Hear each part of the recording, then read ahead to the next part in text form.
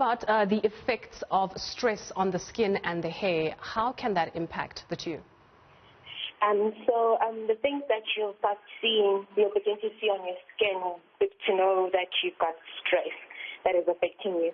You'll start seeing a lot of flakiness on the forehead, and that flakiness will actually be accompanied by more oil. So the body has what we call a stress hormone. So once that stress hormone is overly activated, it actually affects the oil production. So you might start also experiencing breakouts. So basically the barrier of your skin starts to it becomes compromised because you're very stressed, you're very anxious, which means you're not sleeping well, which is actually very good for your skin and for your hair. You might also experience some brittleness with your hair and a flaky scalp. And when it comes to dehydration, how does that manifest on our skins? How can we tell that we are dehydrated? So how you can tell that your skin is dehydrated is after washing your face, you generally feel your skin will feel very tight.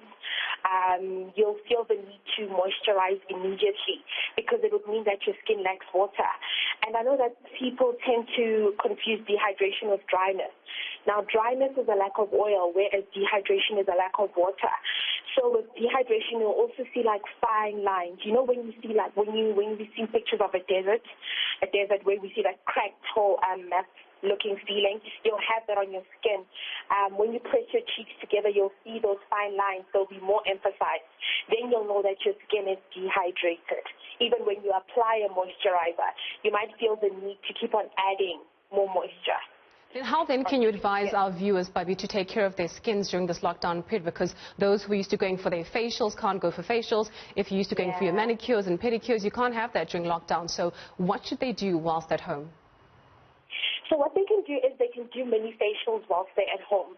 I mean, one nice thing that they can do, which is easy, is if you've got like rooibos tea bags at home, or like chamomile or whatever tea, pour that into a bowl or into the bathroom sink. Cover your and then boil water. Add the boiled water. Cover your face with a towel and then steam for 3 to 5 minutes.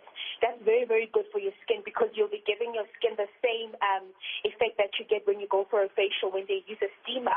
Upon that, like perform an intense skincare routine at least twice a week.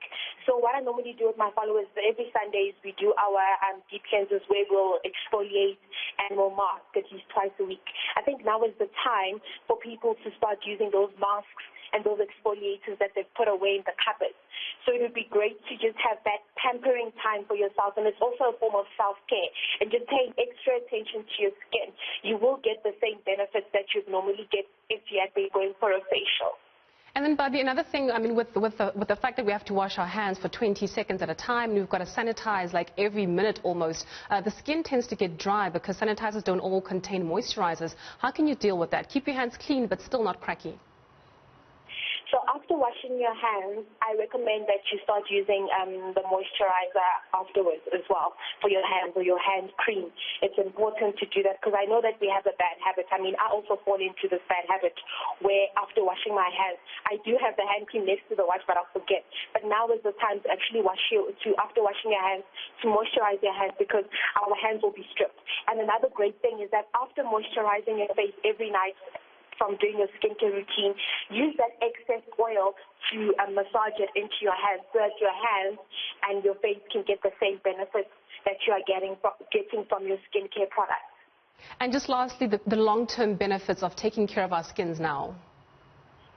The long-term benefits of taking care of your skin now are great. First and foremost, you save a lot of money. I deal with a lot of people who are older now who have to spend a lot of money because they did not maintain their skin when they were younger. Because when you're younger, your skin is more resilient. And as you get older, it loses its resilience. So when you maintain your skin as you grow, you actually set yourself better up for the future by saving on products. And you also avoid certain things like simply like applying sunscreen every day. You avoid the risk of getting skin cancer, and you avoid the risk of having premature aging and other skin disorders like eczema and contact dermatitis. So it is important to take care of your skin. Just because you're young, it does not mean that your skin should take the beating because it catches up with you later on in life. There's something important you mentioned there that I just want you to emphasize to our viewers. The idea of putting on a sunscreen every single day as opposed to only putting on sunscreen when you go to the beach and when you're going to swim. You need to put your sunscreen on every single day, even in winter, because people have the assumption that sunscreen is only for summer. It's not for summer. It is also for winter because there are different rays that affect the skin. So, I mean, you've got like UVC rays, which are the rays that cause like a cancer. Your UVA, they cause the aging, and then the UVB causes burning, which in turn results in like severe pigmentation and unevenness of the skin. So just because it is winter, it's cloudy, does not mean you shouldn't. Actually, you stand a greater risk of burning more when there are clouds because the light bounces off the clouds and it burns you even further. And even if you work in an office with a computer screen, you need to apply a sunscreen.